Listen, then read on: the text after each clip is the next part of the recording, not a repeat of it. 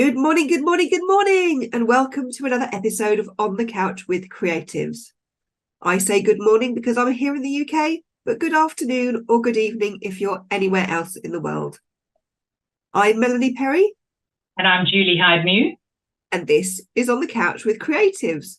Followers of the show will know that we're part of the Creatives Group, the private network for creative professionals everywhere. Together, we help you to create at your best, connect you with like-minded individuals, and therefore help you to grow and develop your creative business. That sounds like a good idea to you and you'd like to find out more? Please don't hesitate to contact us after the show. We'd love to hear from you. But this is On the Couch with Creatives. So Julie, who do we have on the couch today? CHAMIAH Dewey is on the couch today. She is the founder of the UK's first clothing brand for people of short stature, that is under the height of 5 feet. She's recently been recognized as one of the top 100 leaders in the disability sector in the UK. So let's get her on the couch. Hi, CHAMIAH. Welcome to On the Couch with Creatives. Lovely to see you. Yeah, thank you so much for having me. I'm really excited to have this conversation. Well, let's kick off with exactly how you started in this business. So I always wanted to be a fashion designer, so that's something. And it was in 2018, it was just before I was going off to university to study fashion design, when I met a young person who had dwarfism. And at the time, I didn't really know anything about the condition dwarfism. I'd possibly seen a few people on TV, and that's probably as far as my knowledge really went. And I spent about a month with this young person, so I got to know them quite well. And through our relationship with each other, we used to speak a little bit about her condition, and she taught me loads about her anatomy and some of the things she struggled with and some of the things she didn't struggle with that I possibly thought she would have, and all of those things. And she was such a resilient person, and I was really inspired by that. And she just had a real profound impact on me. And after this month-long youth program, I did some Googling because I noticed what people wear. When I walk down the street, I'm looking at everyone's clothes. When I walk in clothes shops, I'm like looking at stitching and detail and fit and all the fun stuff. So clothing's really big for me. So I did some Googling because I thought, well, I wonder where she gets her clothes from. And I just found that there just wasn't really anything out there. The only thing that really did exist was really pricey. It was really basic. And I just thought, this was a 16-year-old girl. She wants to look like her friends. She wants to look cool. She wants to fit in. She doesn't want to, one, spend loads of money on clothes that don't look great or probably don't feel great, and two, she wants something that's a bit more accessible and stylish and something that her friends would want to wear, and all of those things. So that's really where the idea of Dewey came from, and it's just been a bit of a whirlwind since then. I did some projects at uni around clothing for little people, and in about October 2020 I decided I was going to really make a go of it. I was studying an enterprise course at university at London College of Fashion, and yeah, since then I've just quite literally not stopped. It's just been a process of extensive research and sampling and getting to know my customer, and it's really expanded from, originally it was clothing for women with dwarfism, and now we create clothing for anyone under 5 foot. So we've really pivoted the business recently, and we're reaching a much larger market, and I think fulfilling our passion and our mission even more so than when we started. So that's kind of how I got started, and it's been, like I say, it's been non-stop pretty much since then. Well, I can imagine, because it's something I'll admit to not thinking too much about, but having you said about dwarfism, and again, like myself, I come across it mainly in the movies. So how it's a lovely story that young girl really had an impact on you. You wanted to make a change. What did she do for clothes? What was her route? What were her challenges? So I don't remember that we specifically spoke about it, me and her, but I did speak to lots and lots of people through this process. So I can speak for them, and I can imagine her story is probably similar. So for the majority of people with dwarfism especially, and with other short stature conditions, they tend to buy clothing on the high street. So in the UK, they'd go to, let's say, H&M, River Island, Topshop, you name it. They'll go to supermarkets, high street stores, that kind of thing. And then, of course, that stuff's too big for them. So then they will alter it, whether they have a local seamstress that they work with, that's quite common. They'll go and send everything off for tailoring as soon as they buy it, which has its own issues. With one, it's really costly, and quite often it can cost more than the garment itself. You imagine you buy a pair of jeans for, I don't know, £40, and you need to take in the waist, you've got to take it up at the hem, you've got to do other things to it, adjust pockets or whatever else. You're going to be spending more than £40 getting it fixed. And also, if you've just bought a pair of jeans, again, let's use that as an example, you can't wear it instantly because it's going to be sat with the seamstress for a week, 2 weeks, who knows. And lastly, things get botched sometimes. I've heard stories of people who've sent stuff off and it's come back and it's just unwearable. So that's one route that a lot of people take. The other one is they'll just DIY it. They'll cut things off, they'll roll it up, they'll hem things themselves. Like, that's typically what happens. Some people are fortunate that they have usually a mum or a nan that knows how to sew, and they'll just ship it all off to, I don't know, the nan's house and say, "Hi nan, got loads of pairs of trousers for you to fix." And so so I imagine this girl would have done the same, that you either roll it, you cut it, or you spend that money and you send it off somewhere, or you get your gran to do it, or, I don't know, an uncle or whoever it might be. But it really is. Or even buy clothes from children's departments, but then that's not appropriate, age appropriate. Yeah, and also some people definitely can and some people do. I know that Zara children's, River Island children, and I think H&M children's sections are pretty good because the clothing now is pretty grown up, even in the children's sections. But if you imagine, there's lots and lots of people, again, if we use dwarfism especially, who, while their bones are shorter, their muscle and their skin and their fat and everything else is the same quantity as an average type person. So everything goes outwards. So that's why they've got quite big thighs, let's say, and quite big bottoms, and they might have wider arms, especially in the top. So you imagine children's clothing is made for like a very straight down, slim figure. And if you're, I don't know, a 40-year-old woman who's had kids and isn't in that body, children's section, even then, while it's inappropriate anyway, just doesn't fit. Yeah. And, and it would be getting harder because, if you have got a relative that can help, who knows how to sew. But again, sewing and seamstressing isn't taught in schools anymore as part of the bog standard curriculum. It used to be years ago in the home economics department, you were taught to cook and how to clean your house and how to fix things and all that kind of stuff. But that sort of stuff isn't really taught so much anymore. So knowing how to do it yourself, I mean, okay, you can probably sit for hours in front of Google, but even that it's time consuming, isn't it? Yeah, no, I completely agree. I say to everyone that I know who is short stature, who is in that position, that to try and learn if you can, to follow some YouTube videos. There are some things that can make your life easier, like using like hemming web, where it's kind of sticky both sides, a bit like double-sided tape for fabric, really. There are things you can do to make it easier, but as we say, it's not taught in schools. It's an extra time expense. Who really wants to sit down and learn how to use a sewing machine? Not many people.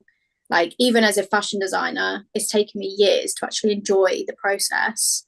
And like I say, I'm a fashion designer. I love clothes. I love making stuff. So yeah, I mean, if I could do anything to change legislation, it would be that everyone should learn how to sew, as you say, how to, I don't know, make a bed, how to make a basic dinner. Like, these things are real amazing life skills. Imagine if everyone knew how to hem their trousers. Like, what a difference that would make to people's lives, especially my customer. So yeah, it's an issue. And changing tires. Everybody should learn how to change a tire. And how to Change a plug. bulb. Yeah. Yeah, I wouldn't have a clue how to change my attire. Okay, so how did you start off? Because obviously you ran your own business. How Mm. did you start off? Did you think, oh, I want to make a career of this and I need to find a job? Or did you go straight into thinking, I'm going to start my own business? So, like I mentioned before, I did always want to be a fashion designer. And I was really, really inspired by Christian Dior. He's like my favorite designer ever. I'm just obsessed. I love the whole story. I've read a bit of his biography, and like there's so many little things that kind of align in our lives. And so I was really, really inspired by him. And I watched a documentary when I was younger. I think I must have been around 10, 12-ish, let's say. And it was a Dior documentary, and it was all about how they started the Dior fashion house and how it was all about making women feel really feminine and empowered. So from a young age, that was my idea. I was going to start a clothing brand when I finished uni, and I was going to do it to make women feel good. That was originally kind of my thought process. So that has carried through my life. And then, like I say, I met this young girl, had this light bulb moment, and then my mission shifted from making women feel great, like average height women, let's say, feel great, to wow, there's really a community here that can really make use of that, and that thing of making people feel confident is so needed in this specific community of people. So in my third year at uni, which I was doing a extended course, or a 4-year course, in your third year you do a placement. So most people will go and work for a design house. I don't know, you might go and work for Alexander McQueen, you might be a runner, you might do some pattern cutting or whatever it might be. And it really didn't appeal to me on one hand. And I also just couldn't afford to, because the majority of fashion jobs, and I think as you probably both can agree, in the creative industry are unpaid or like absolute minimum expenses only. I just couldn't afford that. So I got a job in a school for that year, and I signed up to an enterprise course at my uni, which was a relatively new course. I think I was the second cohort that they'd ever run it. And I just thought, this is perfect. We spent a year, we got a business coach, we got to learn things from, I don't know, marketing to customer archetypes to how to register IP and how to start a cash flow and all the things you really need when you start a business. I got the basics, which I still look back and I think like, wow, what a fortunate thing that came along in that moment that I was able to do. So that's really how it started. But I think I've always strived to work for myself, especially when people were going out and getting jobs as runners and, I don't know, working at London Fashion Week behind the scenes. It just really didn't appeal to me to go and do that for someone else when I could work equally as hard for myself, if that makes sense. Yeah. And it just so happens that I just couldn't afford to get a job in the industry, whereas if I could have, things probably would have been quite different. I probably would have gone and done that, and I would have possibly stayed on and worked for them when I graduated, but it just wasn't an option, so I had to make this work.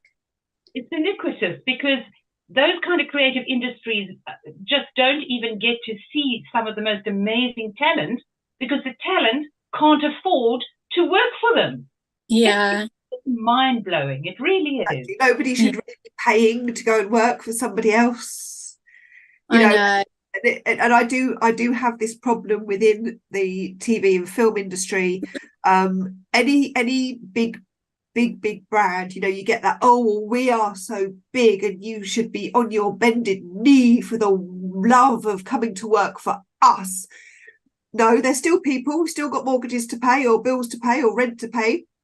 You know, you need to give people a fair and decent wage if they're going to come to work for you. Like there are a lot of companies as well that, you know, companies that have uniforms where the employees have to buy their uniforms to go and work in their shops. It's like, to me, that's like, what is wrong with you? Why would anybody do that?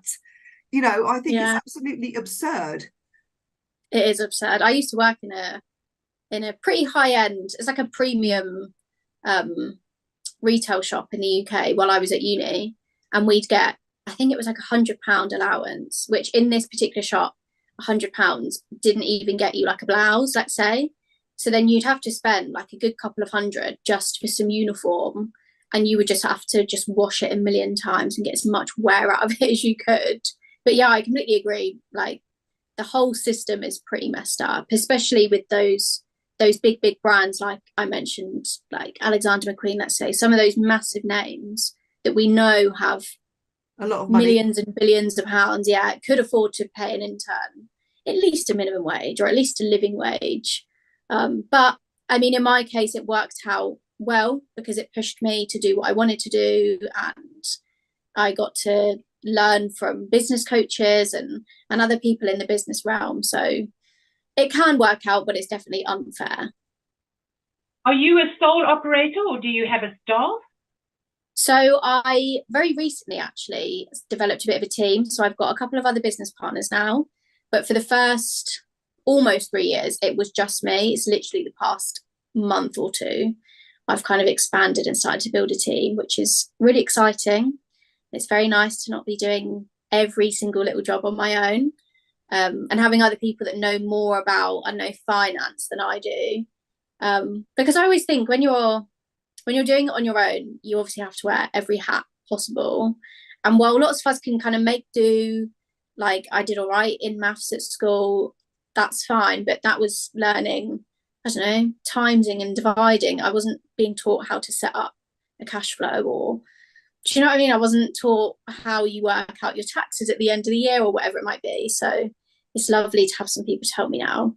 And it's exciting because it means that we're growing and there's no stopping. It's only ramping up. So yeah.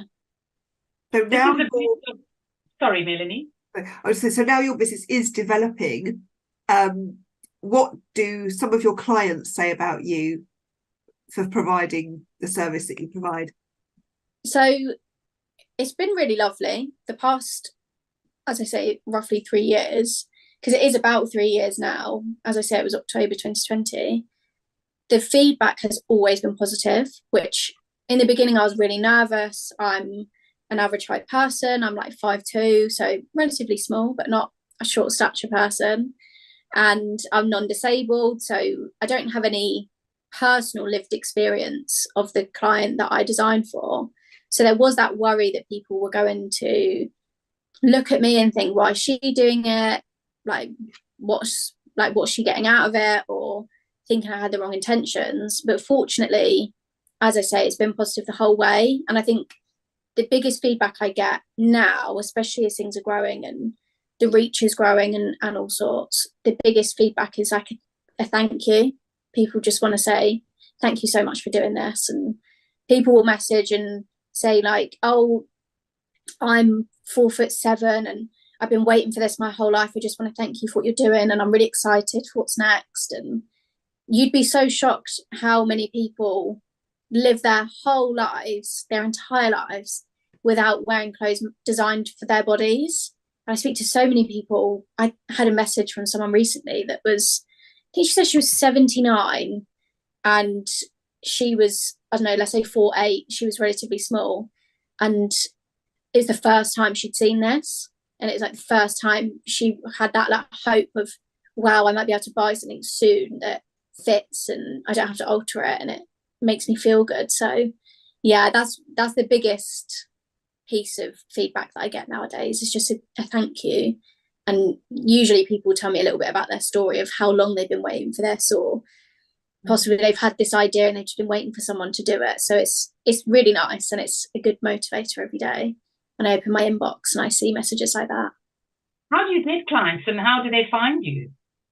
So, I mean, as I said, very recently I've started to build a team and we're kind of restructuring a little bit at the moment. So there's not necessarily new product out right now, but typically before we kind of sold out of all the product and we were developing new things, people will find us typically via Instagram, a little bit on TikTok. We've had a couple of viral TikToks. One of them has been seen by over 100 million people. It just went crazy after London Fashion Week last year. And so that's amazing. So lots of people find us that way. I think word of mouth is probably quite a big one for us. I think especially when we go to conventions in the UK and say there's 200-300 people there, they'll all go back and tell their other short stature friends. And social media is a bit like word of mouth now, isn't it? When people share your stuff on their stories, that then gets seen by all of their followers. So that's really how people find us. And then I suppose a little bit through networking, when I speak to other business owners, or I speak to people who are, I don't know, influencers in the space, and we kind of build connections that way. But I would say the majority is still word of mouth. Social media is how people really find us. Well, it's free marketing. Yeah, it is free, but it just takes a long time. Yeah, but that is the beauty, I was going to say earlier, of being part of a networking team like Creative, where we have so many people from different creative disciplines and from industries or from companies or whatever, who support creatives. So you were saying, oh, you don't know much about finance. We have an accountant who specializes in dealing with chaotic, crazy creatives when it comes to dealing with their books, you know? So networking is also very important if you are a sole trader and you're running your own business, very much so. Yeah, I agree. And it's also, I always think it's really nice when you get to speak to other startups as well, or other creatives especially, because life is very chaotic as a startup and a creative. Things always feel messy. It always feels like there's something that's not quite right, or it's not quite as organized as you'd like it. So it's lovely when you get to speak to other people that are the same, and you just kind of had that sigh of relief, and you're like, well, it's not only me, other people are in a similar position.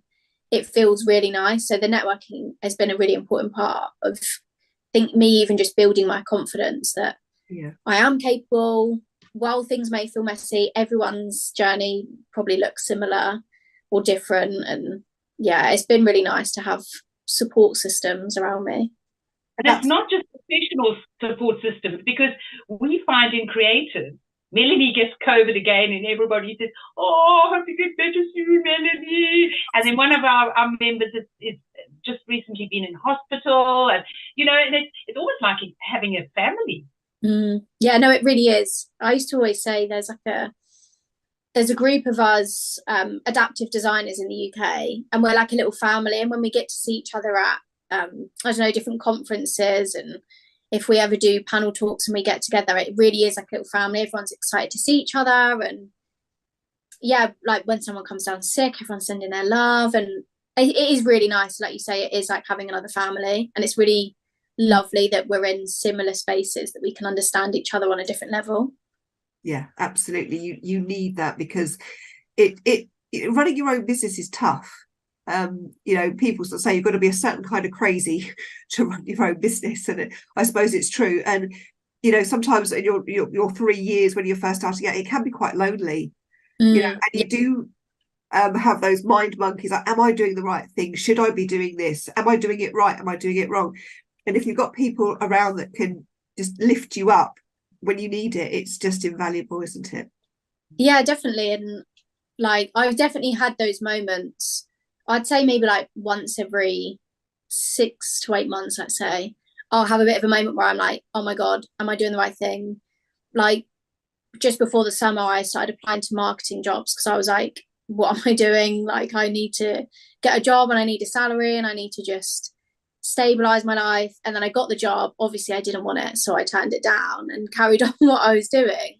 But you do need other people to just chat to. And I mean, in that scenario, I didn't speak to anyone about it, but I know that had I spoken to my network and my support system, everyone would have been like, what are you doing? You don't want that job. Carry on what you're doing. It will all work itself out. So it is really important to just have that, but also to be able to like share those stories and have a bit of a giggle about it. Someone else is like, oh yeah, I do that sometimes as well. Like I've got my CV updated all the time just in case. And me too. Yeah, it's a funny world. It's a funny world to be in the startup realm. Yeah. You'll laugh about this in about 10 years' time when you're running a team of about 500.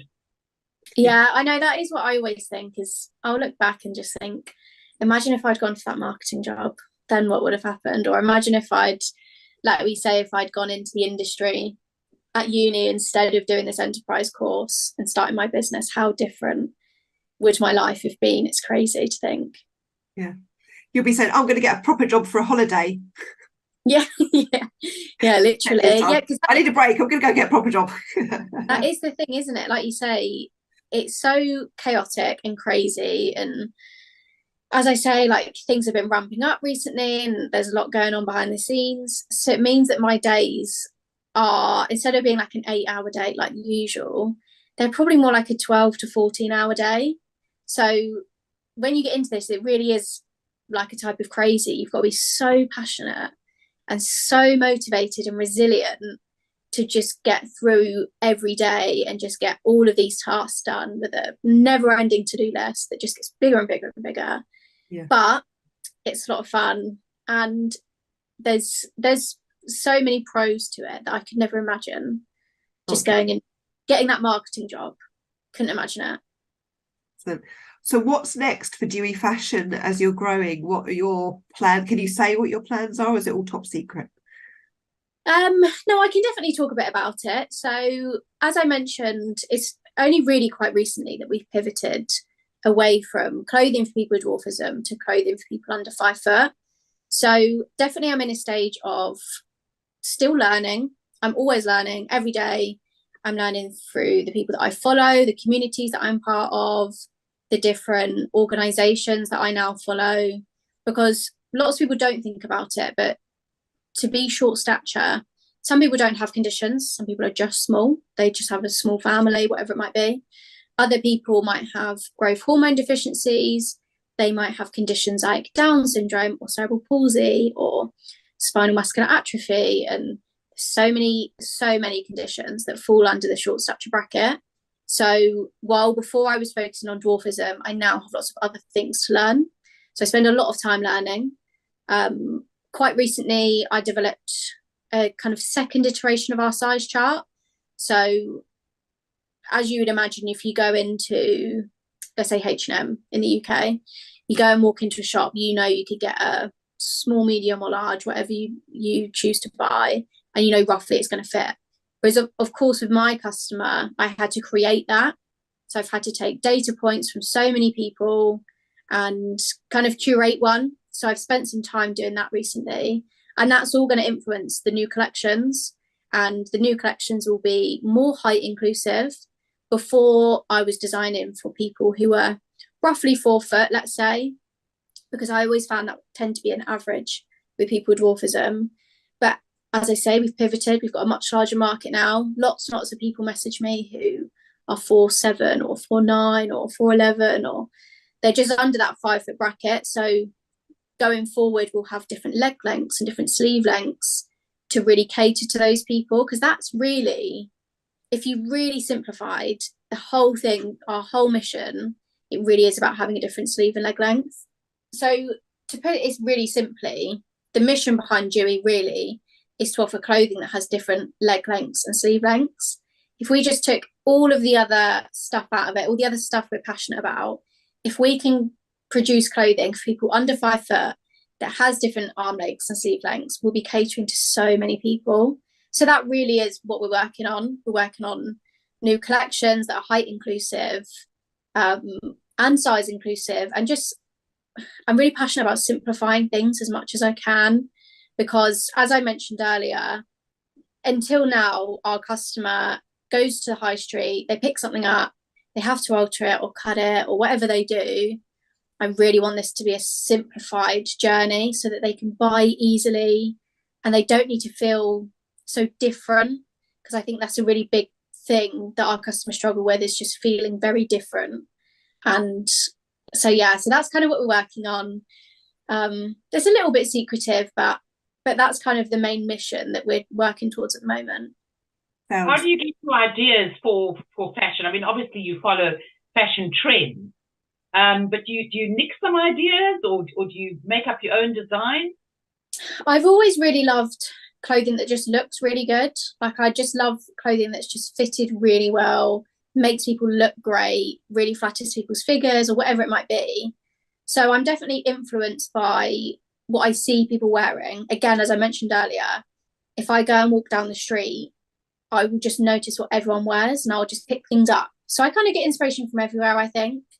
I think when I was at uni and when I was a bit younger, I was inspired a lot by nature, and I just love shapes and things like that. But essentially everything I do is to make people look good and feel good, and whether that's comfort wise, it needs to be comfortable as like a bare minimum, and two, to make them feel like amazing, that they just feel great. Like, I don't know, you put on your favorite jacket, let's say, you just feel really great, and you can just go out into the world with your best foot forward, your best face forward, and it just makes a real difference. So yeah, I really do get inspiration from just everywhere, and just what I see other people wearing and what looks good on people. Where are you actually based? Because I assume you have clients coming to you for fittings, but you must have clients elsewhere in the country.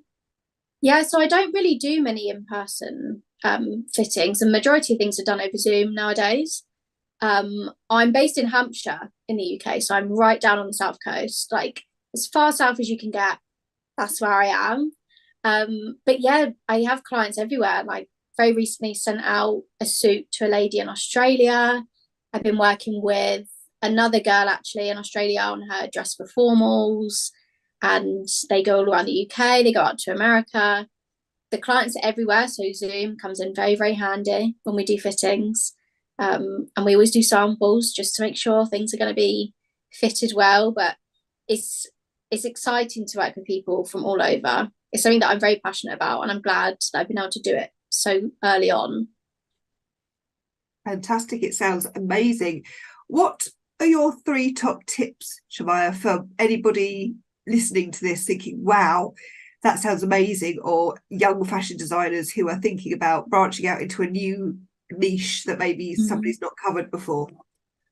I think the first thing I'd say is just get started. Like, there's a saying, isn't there, that the best day to do something was yesterday, but the second best day is today.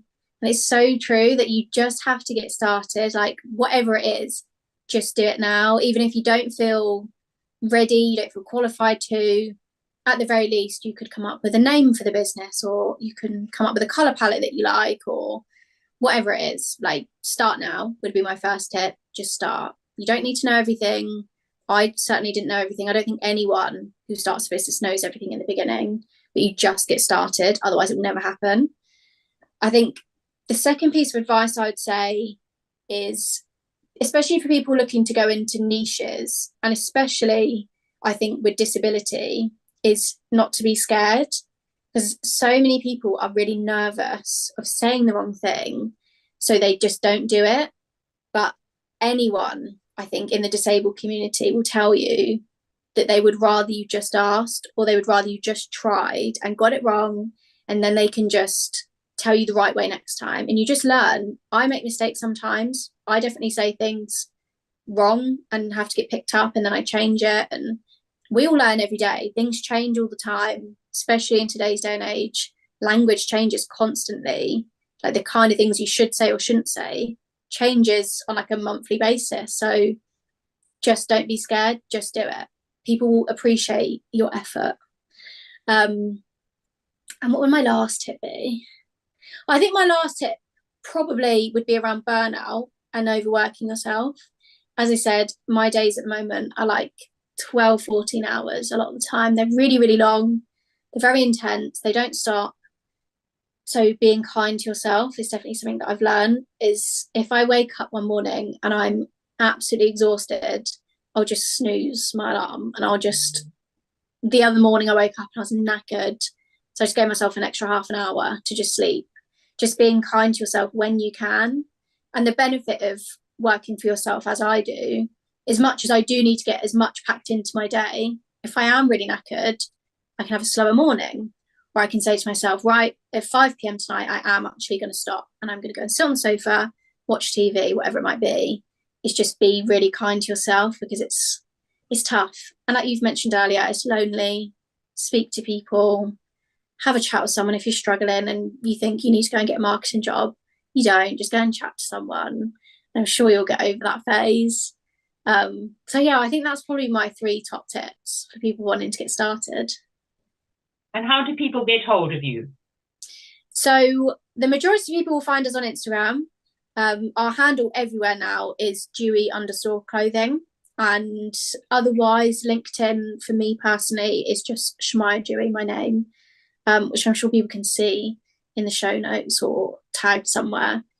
So yeah, either CHAMIAH Dewey, either CHAMIAH Dewey on LinkedIn or Dewey_clothing on Instagram, Facebook, TikTok, everywhere we can be.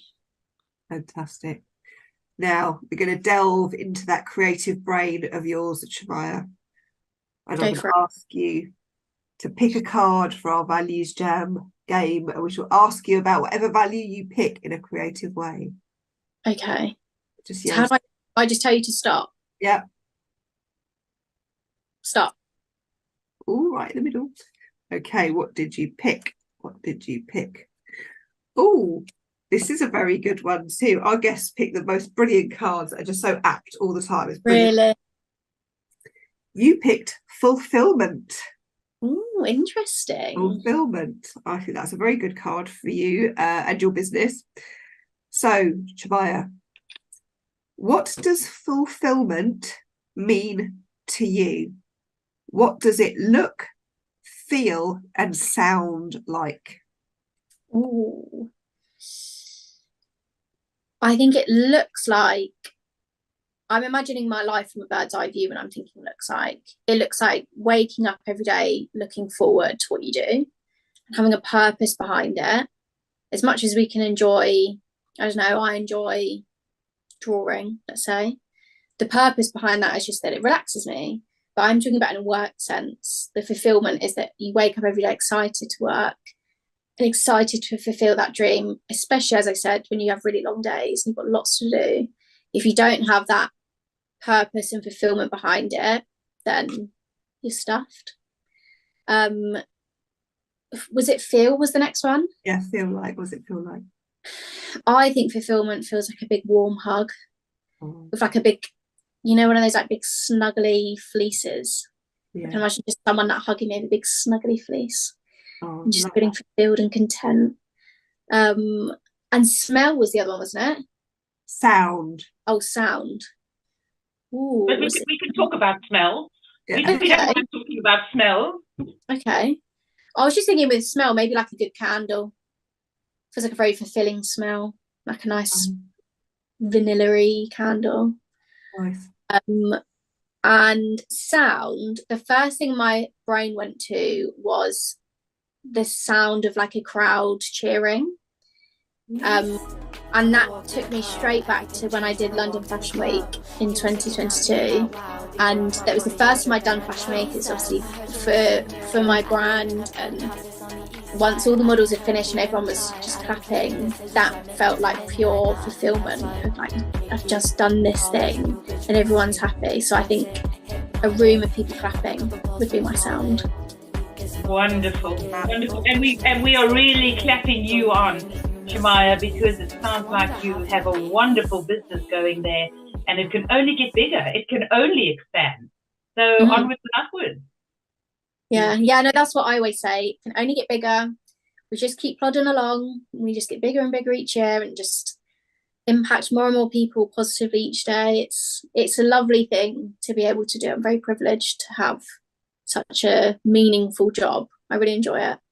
Yeah, I love that. And we do wish you every success, and I'm delighted that we met via LinkedIn, fantastic platform, and that we've been able to talk to you today and share your message with more people, because more people need to know about what it is you do and how they can get in touch with you if they need to. It's a fantastic enterprise. It's very fulfilling, absolutely fulfilling. I can imagine how wonderful that feels. Yeah, it's so rewarding, and being able to share the stories lovely, and being able to relive those moments is always nice. So I appreciate you having me. And on that note, we run out of time again. All our wonderful guests, I always think, I can't believe the time is up. We could talk to you forever, but we will keep an eye on what you're doing. Perhaps you can come on again at some point a little further down the line and let us know how you're going. But for the moment, thank you so much for taking the time to talk to us today. Thank you to my beautiful co-host, Julie Hyde-Mew. Thank you to our lovely audience for watching the show today. But until next time, we'll see you.